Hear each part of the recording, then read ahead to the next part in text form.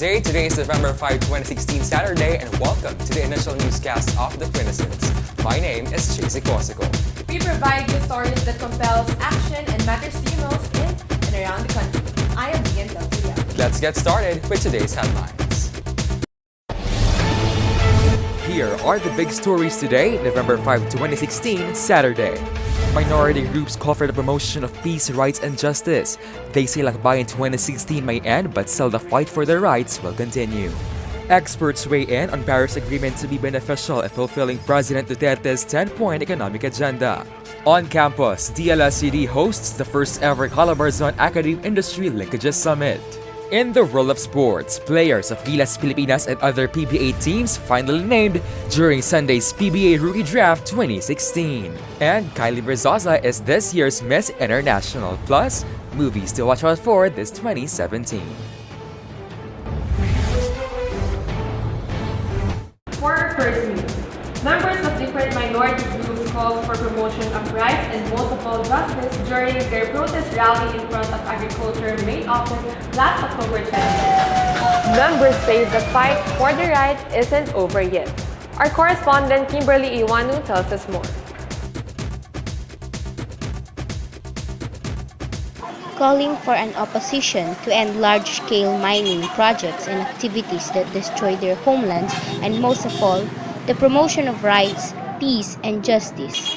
These were the battle cry of different indigenous groups during a protest rally in front of the Department of Agriculture main office in Manila last Wednesday, October 26.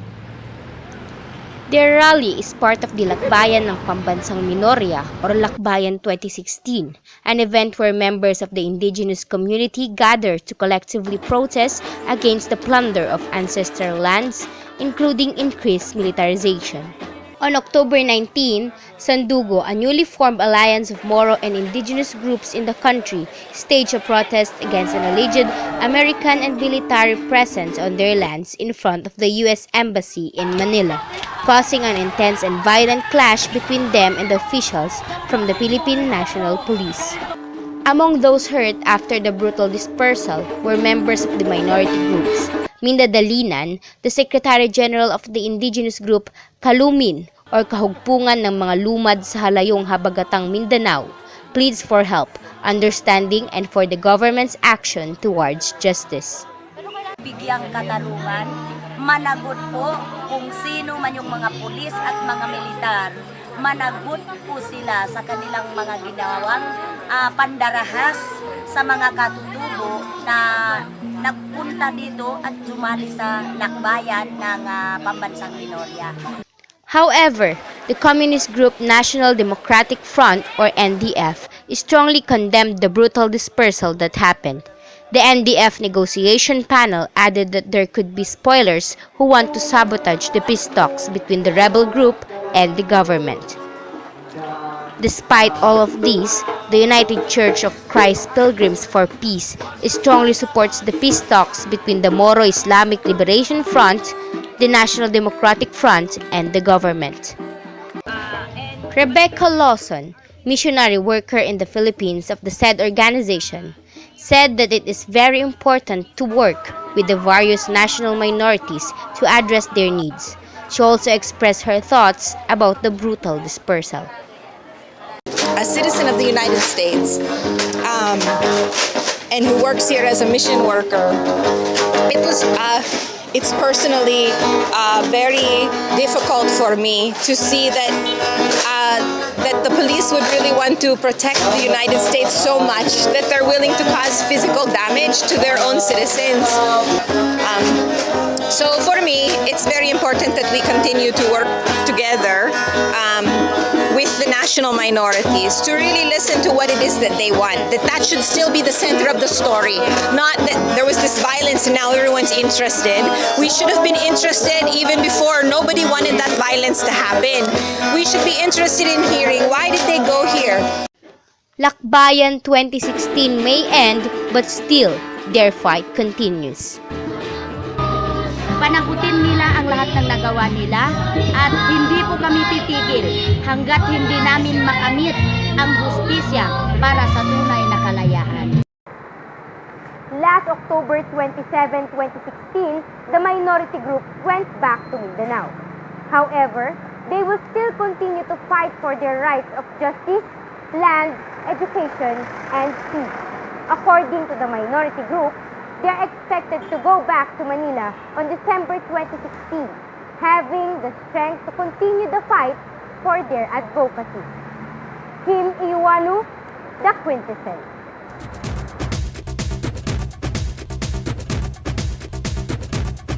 Next, experts say that the Paris Agreement on climate change will help the President Duterte administration achieve its 10-point economic agenda. In addition, they believe that this won't hinder the country's moves towards economic growth. Our correspondent Cristina Masila has the details of that story.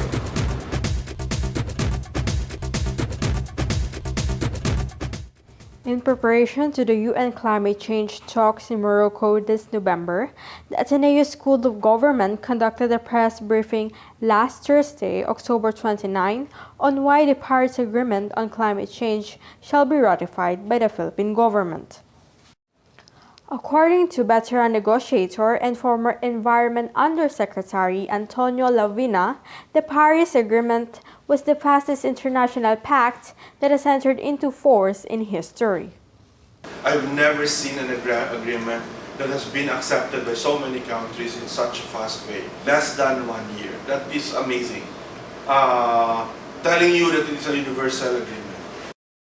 In the past months, President Rodrigo Duterte said that he will not honor international agreements on limiting the country's carbon emissions, which is in connection with the Paris Agreement on climate change, the pact of which the Philippines pledged support during the COP21 held in France last December. He believes that such will only slow down the country's moves towards economic growth. We have not reached the age of industrialization. We are going into it. But you are trying to stymie with an agreement na hanggang dito lang kayo, we maintain the present emission. Oh, that's stupid. I will not honor that. That was not my signature. Somebody else says, not mine. In addition, Lavina stated that 7 out of the 10-point economic agenda set by the Duterte administration have something to do with climate action, meaning the country will have to undergo innovations so as to achieve such implementation. He also emphasized that President Rodrigo Duterte's plans will not be achieved unless climate actions were undertaken. My point is that President Duterte's agenda, development agenda, economic agenda cannot be implemented unless we take climate actions. It cannot be achieved unless we take climate actions. One of the major concerns of President Rodrigo Duterte regarding the Paris Climate Agreement is that it was said to be a hindrance towards the country's ability for industrialization. However, Lavina said that the climate action does not limit industrialization or the ability of a country to industrialize. On the other hand, there are still 6 more months left for the president to decide whether the deal will be ratified or not. Christine Amacido, The Quintessence.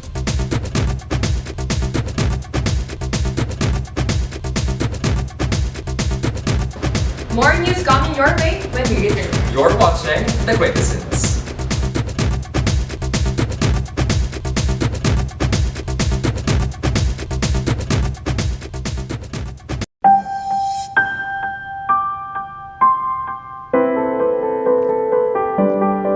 Financial security doesn't happen overnight. Pero lahat ng pinaghihirapan natin, baliwala if we're not in good health. Our priorities change, kaya dapat mag-set ng goals. And the earlier we prepare, the better. At Sun Life, we have plans that fit your financial needs as you go through life, so that in every stage, you'll have money for life. Let us show you how.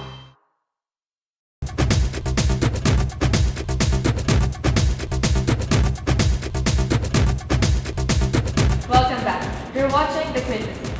With the goal of establishing partnerships and collaborations with different sectors in CALABARZON region, De La Salle University has hosted the first ever CALABARZON Academe-Industry Linkages Summit held last October 23 35 at Ugnayan, Lasal.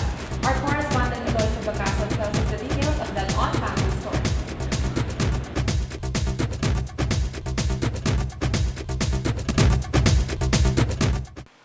De La Salle University Dasmariñas hosted the first ever CALABARZON Academe-Industry Linkages Summit last October 25, 2016 at the Ugnayang, La Salle.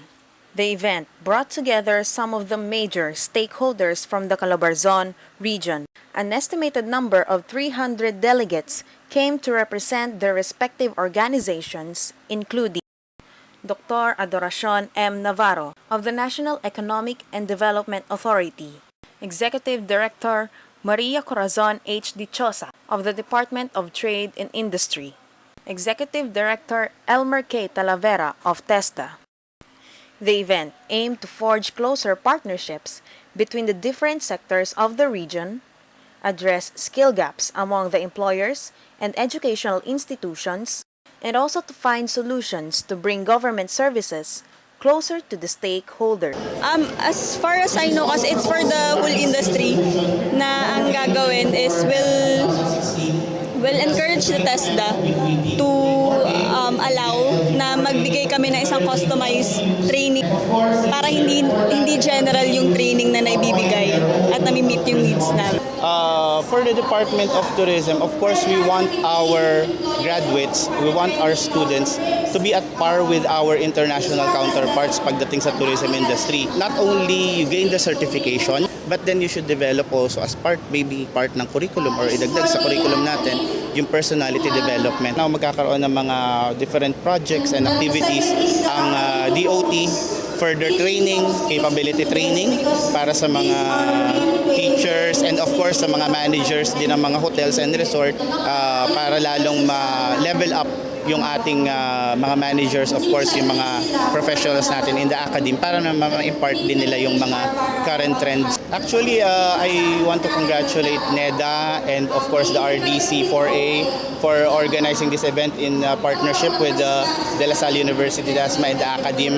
On the other hand, according to Mr. Marco Polo, the director of the University Advancement Office of DLSU-D, the event was an opportunity for the Academe not only to expose itself to the public, but also to unite various stakeholders from the CALABARZON region. I think it's an opportunity for the school to showcase our resources and facilities and our ability to host large events. But more importantly, I think the importance here is that we were able to bring together under one roof major players of the different stakeholders in the region. Today, you saw in the program a manifesto was signed. No? That manifesto contains the aspirations of the assembly. For La Salle Dasmariñas, what we intend to do is to enhance our presence in the region by looking for more partners wherein we can place our students for internship, we can place our students for employment, where we can also provide opportunities for our faculty to gain industry experience and also explore other means of collaboration. The first CALABARZON Academe-Industry Linkages Summit proves that through academic and industrial collaboration, there would be hope for a better and stronger CALABARZON region. Ysabella Tan, The Quintessence. And for our cutie news question of the day, what are the things you're looking forward to this Christmas? You may send in your responses on today's topic on our official social media accounts. If you don't know, your post might get to be featured or posted on the Quintessence social media pages. Sports and entertainment news are up next. Keep it here on The Quintessence.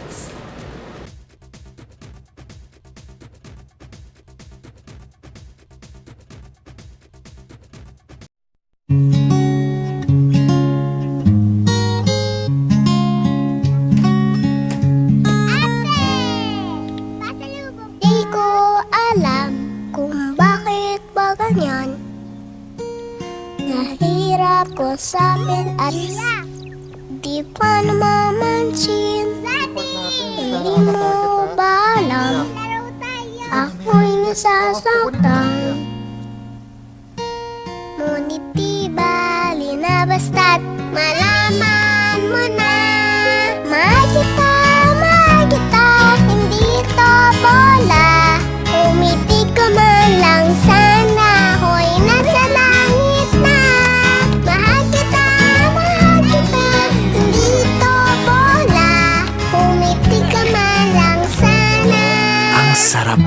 magkakasama-sama with Crispy-licious, Juicy-licious Chicken Joy. Ahoy nasa langit na. Bring joy to the table. Jollibee Chicken Joy.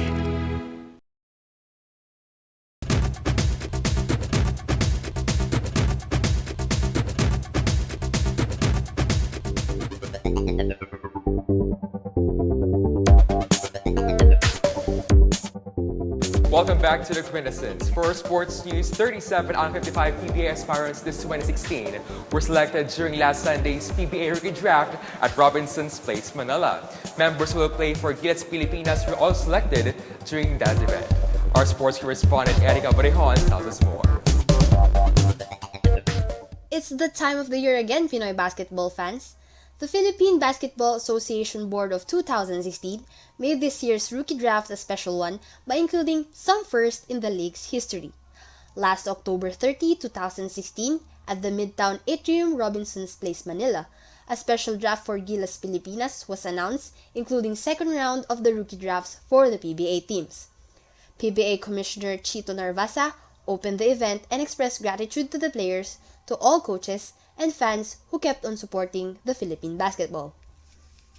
We all try to do better for you this coming season. Last week, we're loyal to our fans on behalf of all of us. Thank you and welcome to the 2016-2017 season.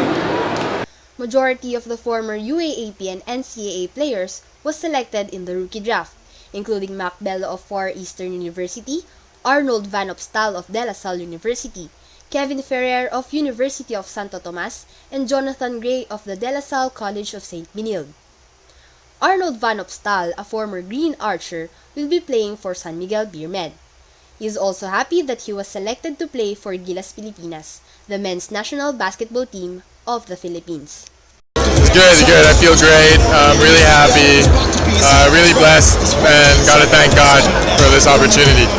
I'm excited about everything, about this new journey that I'm going on. Former UAAP colleague L.A. Revilla, who is currently playing for Mahindra Floodbuster, was also excited for Opstal. He added that he cannot wait to fight with the latter inside the court. Arnold, happy ako kay Arnold. Arnold is one of my good friends. Masaya ako sa kanya na fulfill yung dream niya, and for his mom also, and I can't wait to play against him. Meanwhile, former Benildan, who's known to be the King Blazer, Jonathan Gray, finally makes it to the country's professional basketball league. He was selected by the Miracle Bolts as the 7th pick in the second round of the PBA regular draft class of 2016. Wala akong na-expect talaga. So, yun yung parang sinet ko sa mind ko bago mag-start yung draft. Huwag kang mag-expect ng kahit ano. So, wala akong na-expect. On the other hand, former Growling Tiger player Kevin Ferrer was selected to join the team of 2016 PBA Cup champions Barangay Ginebra. According to Ferrer, he is happy to be selected to play for the team and for the Gilas Pilipinas. Sobrang saya, so excited kasi ito nga yung dream ko na makapasok sa professional. Ang saya na napick ako ng Ginebra.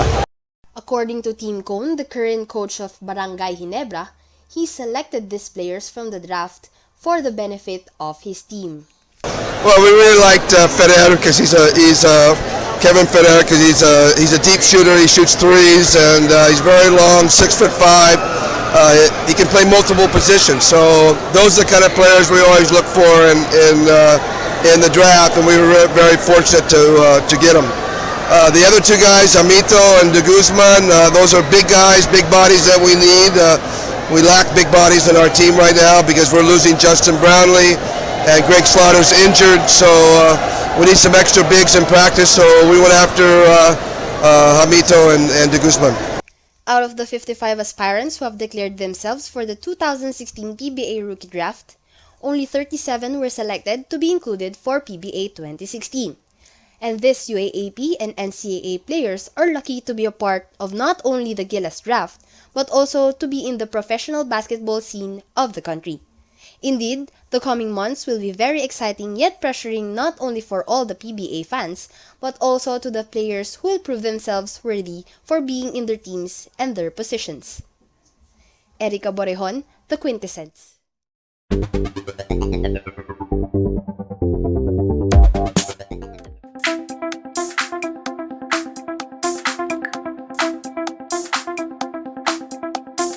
the world of entertainment, Philippine bet Kylie Verzosa brings home the bacon as she won this year's title as Miss International. And we're going to give you a rundown of movies to watch out for this 2017. Our showbiz correspondent Joanna Urquiza has the details of that story.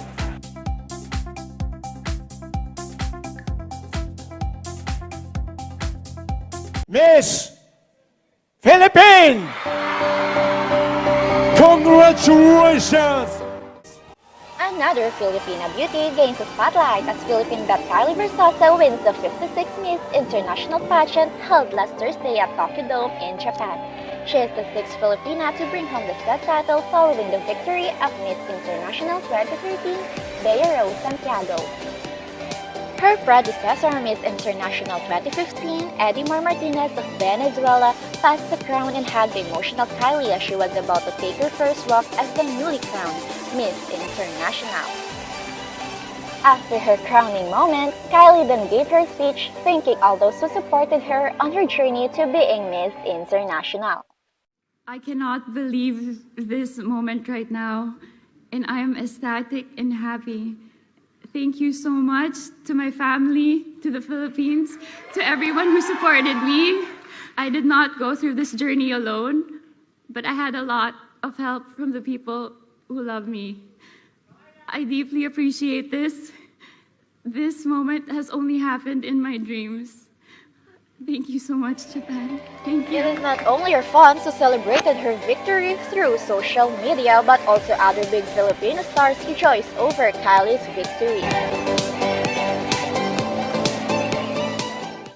Former Miss International Bea Rose Santiago posted a photo on her Instagram account saying, "Told you," with hashtags #Proud9 Team Philippines, end quote. From the pageant scene, let's now go to the big screen. It's not yet the end of the year, yet exciting movies await us this 2017. The Cinema Blend rundown some of the gigantic movies all coming out in 2017.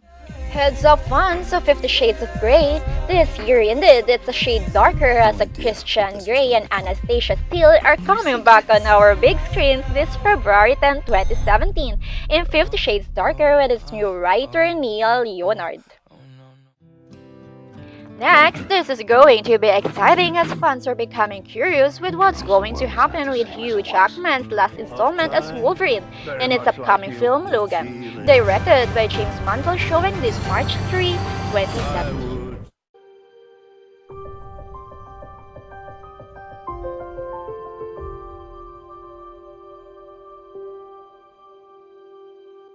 With the box office hit of Cinderella in big screen, another Disney princess is ready to repeat that success in March 2017.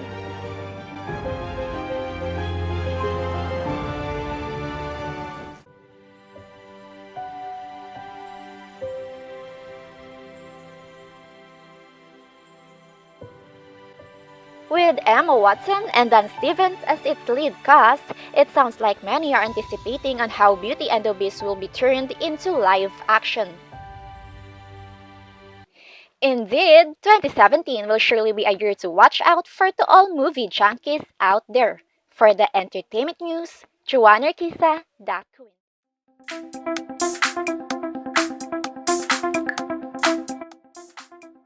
And those are some of the stories we gathered from all over the Philippines and in the world.